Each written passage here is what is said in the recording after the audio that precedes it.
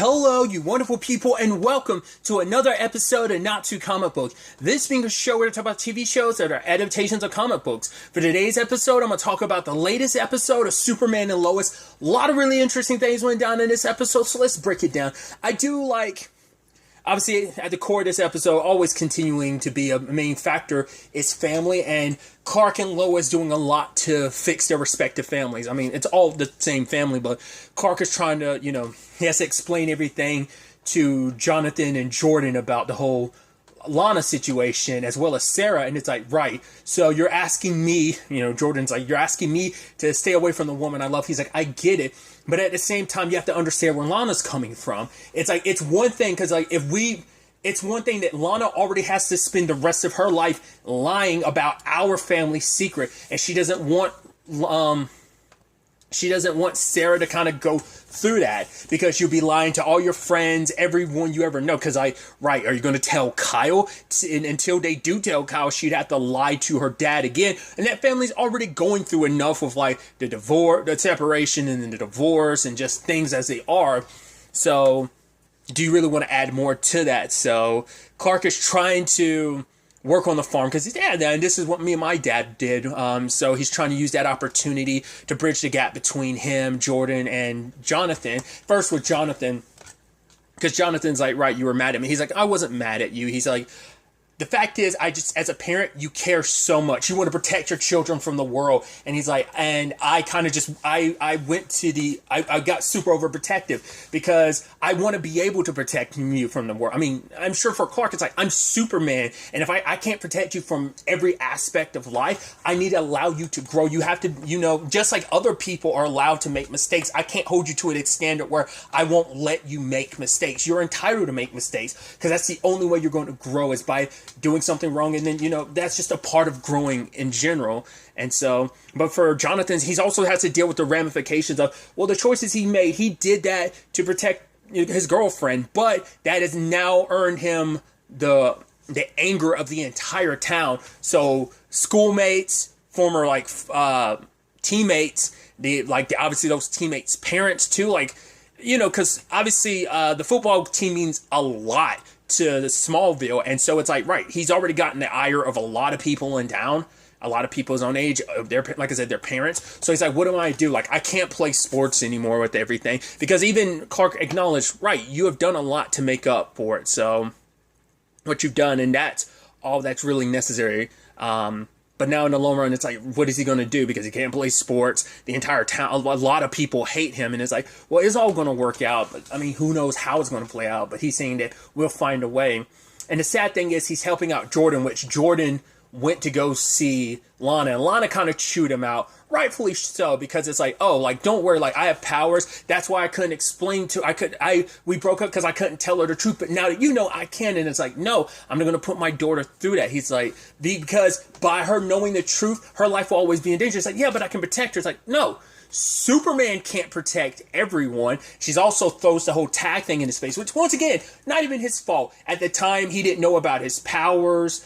He couldn't control them. That was a complete other accident. To be fair, he can't be responsible for what Tag went off and did. So it sucks that, and even Lana realizes, like, it's kind of messed up that she chewed him out like that. But once again, Lana's dealing with everything. It's like, cool, I gotta live with the fact is I've got this big secret I can't tell anyone. It's cost her 2 friends because, obviously Clark is someone she deeply cares about, and so is Lois. And now, like, she has to cut them out of her life because it's that thing. It's the interesting parallel I'll make it to is, like, during the Heroes versus Aliens thing, Oliver was like, yeah, I need you to stay here, Kara, even though you are a heavy hitter, because I'm trying to rack my brain around all of this. I can't add your extra, yeah, you're good for training, but bringing you into the fold, I need to keep you at a distance because I need to, I can't compartmentalize all this. Lana's going through the same thing. And so because that, plus, she found out, oh, cool, Sarah put on a performance. That's awesome. Oh, man, I missed it. I was just kind of caught up in everything.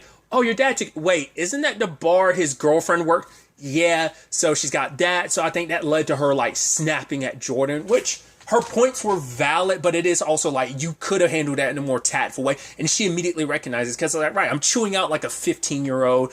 He's, because in the situation he's in right now, I would have wanted Clark to have told me back then. It's been decades, him lying to me, never telling me the truth. So it's like, yeah, like that Band-Aid got, maybe she would want that metaphorical Band-Aid to get ripped off. So like, make up for what things went wrong with her and Clark. Now, but Jordan has the opportunity. He could tell Sarah the truth, but it's like, yeah, that is a lot. And even Jordan recognizes it is not for her sake, it's for my sake, because it makes up like, okay, now you'll be able to explain everything and we can get back together. So it's like, you're not doing it for Sarah's sake, you're doing it for selfish reasons, because you're like, right, she'll understand now, and now I don't have to lie to her anymore. You're not thinking about the consequences, the weight that puts on someone, you know? I mean, telling someone that you're super secret like that is, it's a big and hefty responsibility, which his dad tried to explain to him in the past, but Jordan didn't really want to listen. And after kind of hearing it like that, he's like, he doesn't like it, but he 100% understands where Lana's coming from. So Clark takes him out into the, near where the fortress is and trains him how to fly, which I think it is beautiful because I want to say, obviously last season, what was episode 10 where we got to see him training out there, and it's almost beautiful, and it's also sad. Like, there's a beauty and sad to it. Beauty because it's like, oh man, you get to train your son where your father, Jor-El trained you. But the sad thing is the reminder of like, right, Clark doesn't have Jor-El anymore. I mean, not even like that AI like thing of him anymore. So it's like, right, and I think this would be a monumentous moment for him to be able to share this with his, Kryptonian father of like, right, like, you could help me guide my son. So it's like, he's just got to take those teachings that his father passed on to him, that trained him through everything, and Jordan ends up flying. Obviously, the landing was slowing down was kind of rough, but I love those moments because they had it in season 1 where they were punching a log and everything worked out. And it's just like, yes, the throwing the arms in the air, celebrating, like, oh my God, jumping up and down. It's like, oh man, that's better than punching like a beanbag or whatever. He's like, what? It's like, yeah, that's what Grandpa Lane had me doing. And Clark being like, amateur. He's like, I know, right? So that was pretty dope. But the sad thing is, when they come back, Jonathan's like, oh, cool, I did all the chores, cool. It's like, yeah, I mean, because that ostracizes him even more. Because Clark's trying to find that balance, but it's also at the same time, like, he was trying to do what he could to help each son, so, but it's like, right, he, this is something he can't necessarily bring them both into, but he could, like, because he's always felt, that's the complicated position him and his mom are in, of like, right, we're the ones without powers, but at the very least he would have had his mom with him to kind of balance that out so you wouldn't feel as ostracized amongst like the supers in your family. So that kind of it's sad that kind of Clark's in that tough spot in that regard.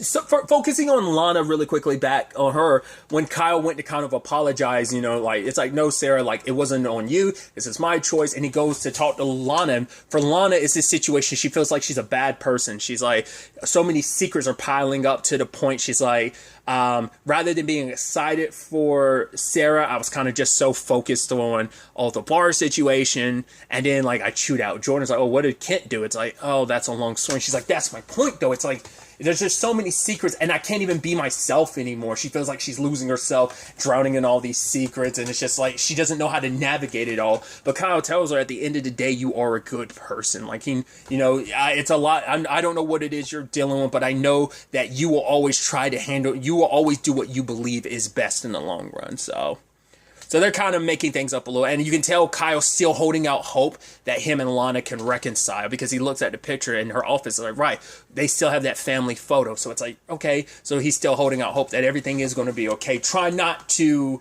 He's like, no, it's just a, co-parenting thing, us working together and going out to eat in that regard. It's not like I'm looking for anything more, but you think on some level, probably that's there to some extent.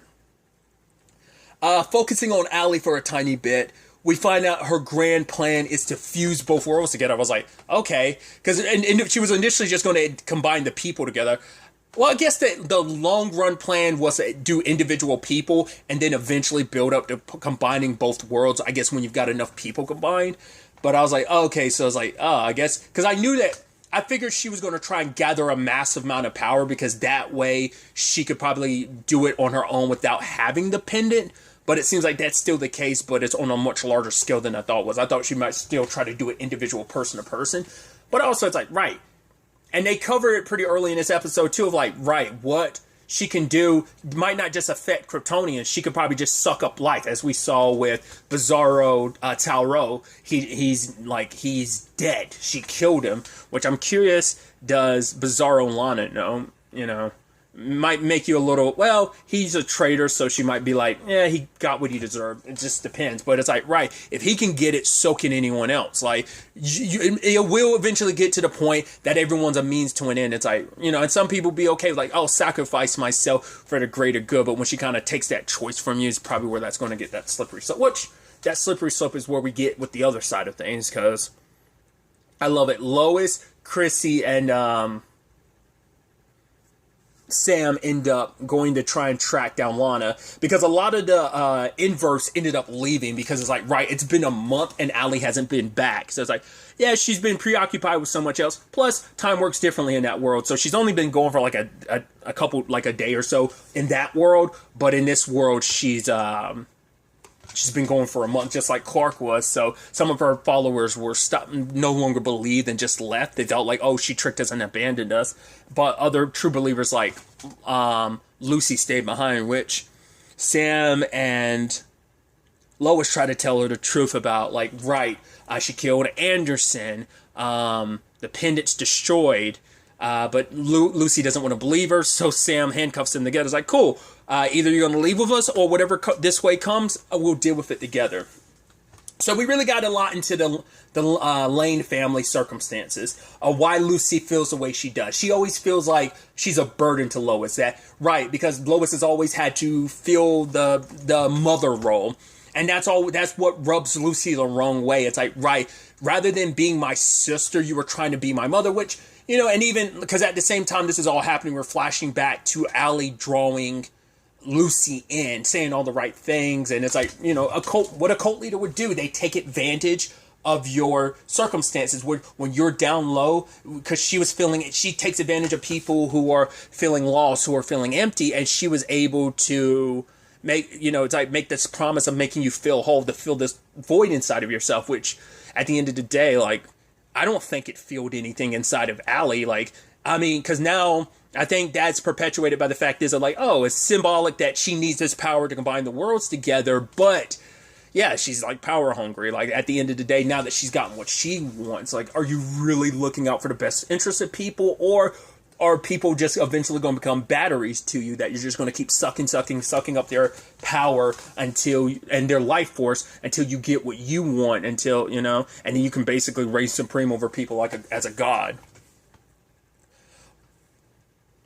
I mean, because what does that mean in the long run? Because we don't know what that fusing the worlds together, we don't know what kind of effect that's going to have on everyone in the long run. Because at least dependent, it's a little more, okay, it's clear, like, right, these people are going to combine together. We don't know if it's going to be so clear cut when it comes to the combining of the worlds. I mean, the end result could be like the worlds are combined, but in the end result, I'm kind of absorbing all your lives at the same time, so I'm becoming. Because also, what about people who don't have counterparts? Like, oh, Tauro, his counterpart is dead. Clark's counterpart is dead. So what do you do in those regards? I'm surprised. Maybe I'm curious. Like a couple episodes back, I don't think when we were in Bizarro World, I don't think we ever saw Bizarro Chrissy, did we? I don't think so.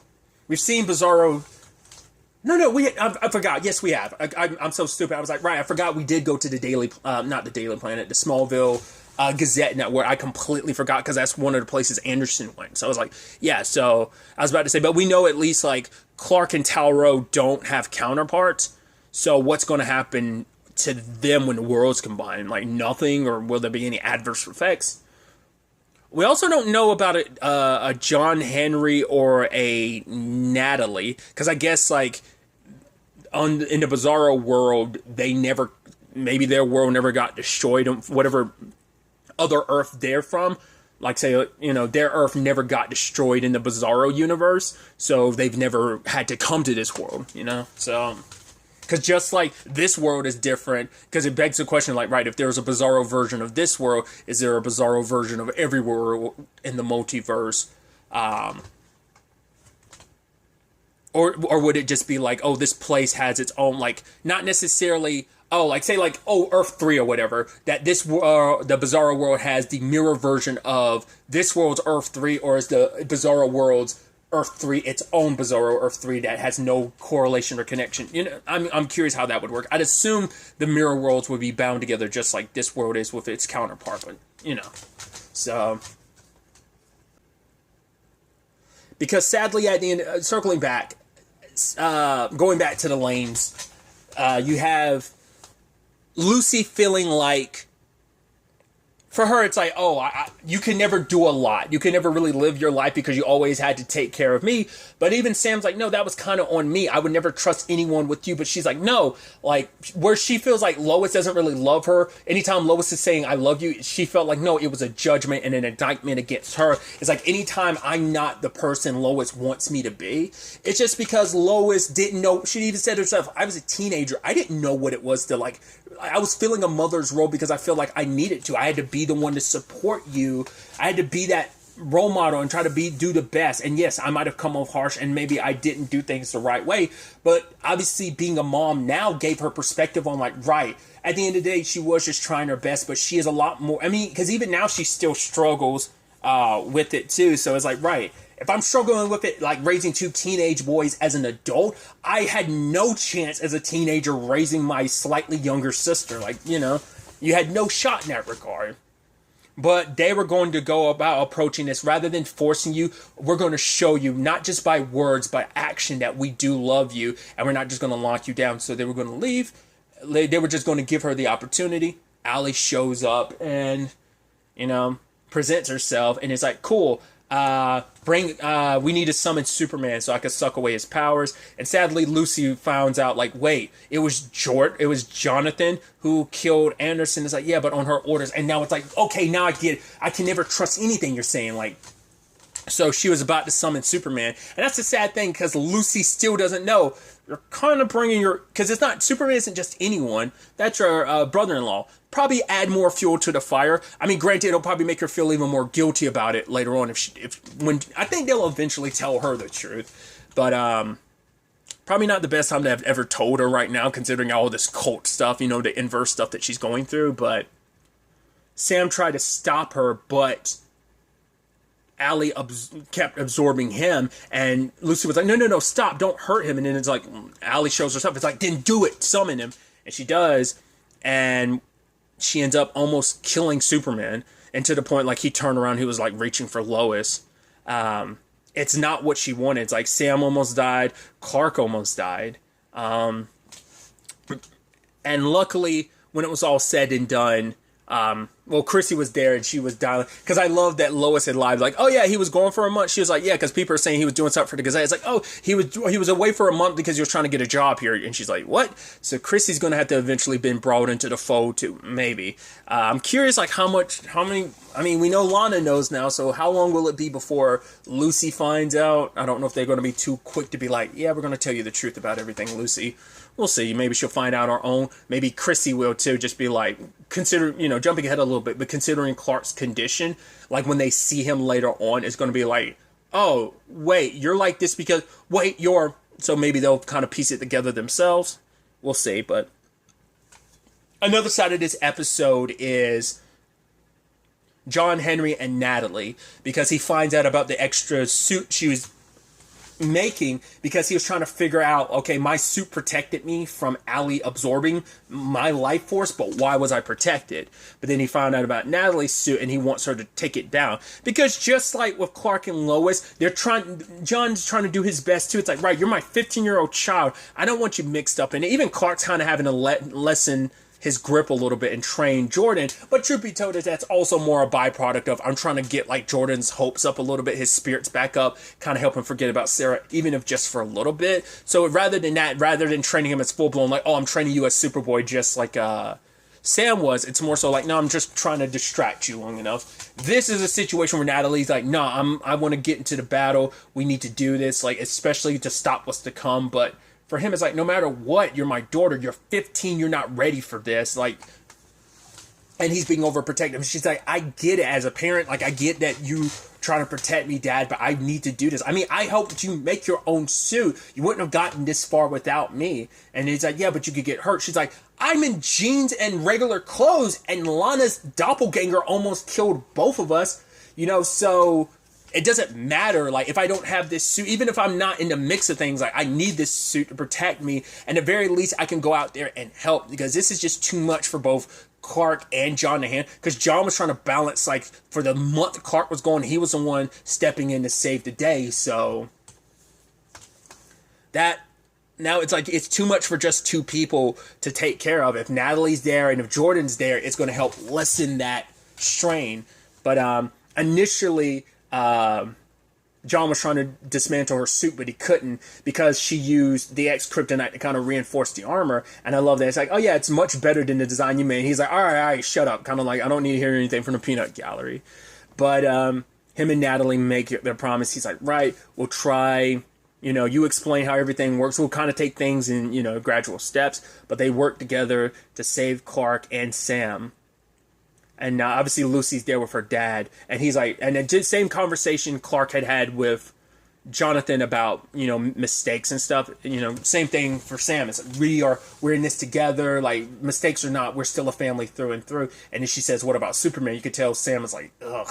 Because you also don't know, like, what your sister's going. Because Lucy probably thinks, like, oh yeah, like, Superman and Lois are, like, they're friends. She probably thinks, like, oh, like, that's probably won't think much of it. But it's like, once again, it's like, eventually you're going to find out it was your brother-in-law. You kind of almost helped get killed. So, but now we find out the revelation that, because like, it's like, okay, they're going to draw blood. But Lois is like, he's got impenetrable skin. Not right now. It's like, wait, what? It's like, yeah. Turns out Clark is pretty much normal at this point in time, which is not normal for an alien. So the long terms of what that is, what that means, who knows if Clark will ever get back his powers. So, and John's like, it's going to be up to us, him, Lois, Jonathan, Jordan, and Natalie to all hold down the fort. The world is without Superman, and who knows if this will be permanent or not. We got a tiny glimpse of it next episode of Clark struggling, because I think it's not even just he's a normal human. He's probably even in a weaker condition than a normal. He's probably even weaker than an average human, because his body's in a very frail condition. And who knows if he'd be like, if you could get him to the sun, would that even be enough? Because probably walking around isn't enough. Like, his batteries are so depleted. It's probably like he was on the verge. He literally, his heart stopped beating. He was dead. So it might be a situation that his reserves are so low that it's hard to fully recharge him. So it's going to be interesting to see that. I doubt it's going to last for long. Could last maybe 2 episodes, and he might not get them back until the season finale. Who knows? Because obviously it's come up from time to time in the DC shows. Like, Barry's lost his power fully one time when Zoom took them. I believe, if I remember correctly. And then, like, in season 6 / early parts of 7, he was in the process of losing them until, like, got them recharged. I don't think did he ever fully, like, tap out? I don't remember now. And before they got the other, before they created the forces, I'm like, did he completely drain his tap? I don't remember. I'm trying to remember too. I don't think Jeff ever lost his powers over the course of Black Lightning, did he?